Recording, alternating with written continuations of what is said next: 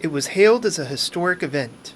1 year ago, then U.S. Speaker of the House of Representatives Nancy Pelosi came to Taiwan for a brief visit. She was the first House Speaker to do so in over 2 decades. Pelosi framed her trip as a show of U.S. support for Taiwan. But behind the scenes, many officials had worries about China's reaction, including some within Pelosi's own party.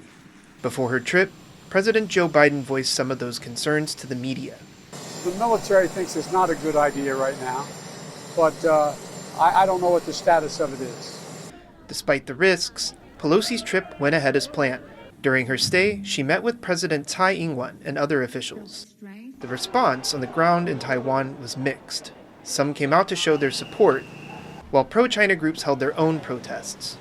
Others were not so won over by Pelosi's presence, feeling that Taiwan was being used more as a prop in a spat between two superpowers.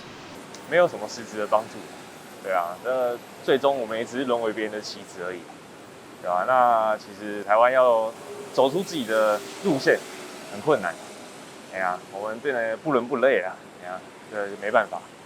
Pelosi repeatedly said her trip did not represent a change in U.S. Taiwan policy.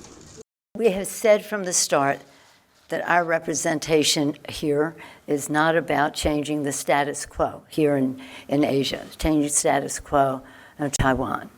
But this wasn't enough to appease China.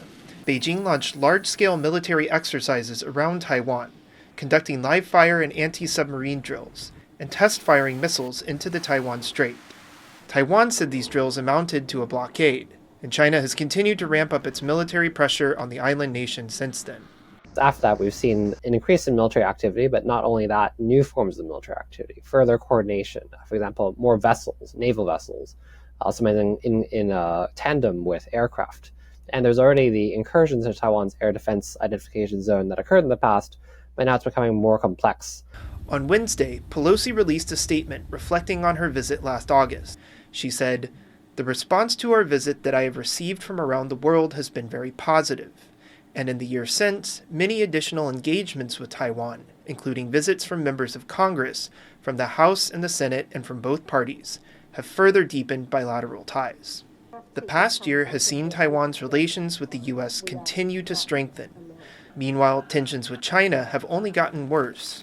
And while the visit did set a precedent for future high-level visits from U.S. officials, how much it truly benefited Taiwan is still up for debate.